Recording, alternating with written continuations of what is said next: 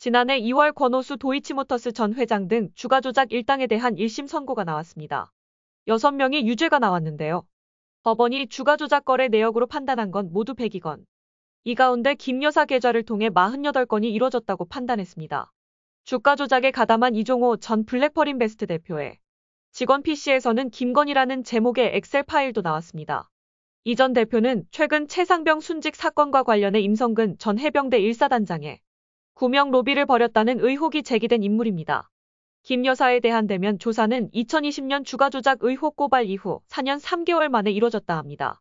검찰은 지난 2021년과 지난해 두 차례 김 여사에게 서면 질의서를 보냈지만 충분한 답을 받지 못했습니다.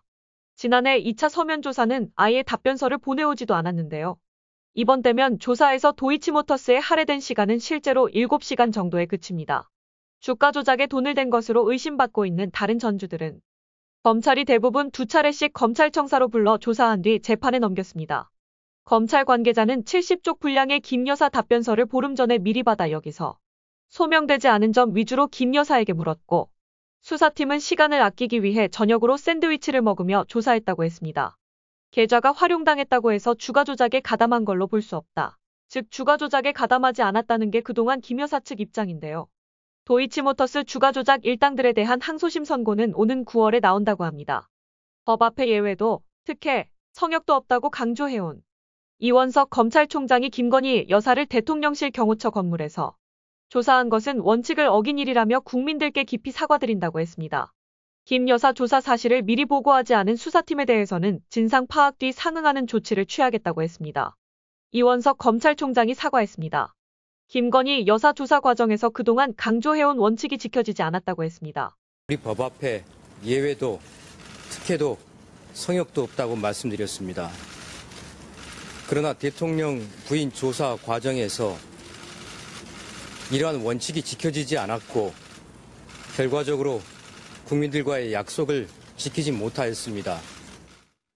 검찰청사가 아니라 대통령실 경호처 건물에서 김 여사를 조사한 건 예외이자 특혜라는 겁니다. 하지만 남은 수사에서는 원칙이 지켜지도록 모든 힘을 다하겠다고 했습니다. 모든 국민은 법 앞에 평등하다라는 헌법 원칙이 반드시 실현되도록 제 모든 힘을 다하겠습니다.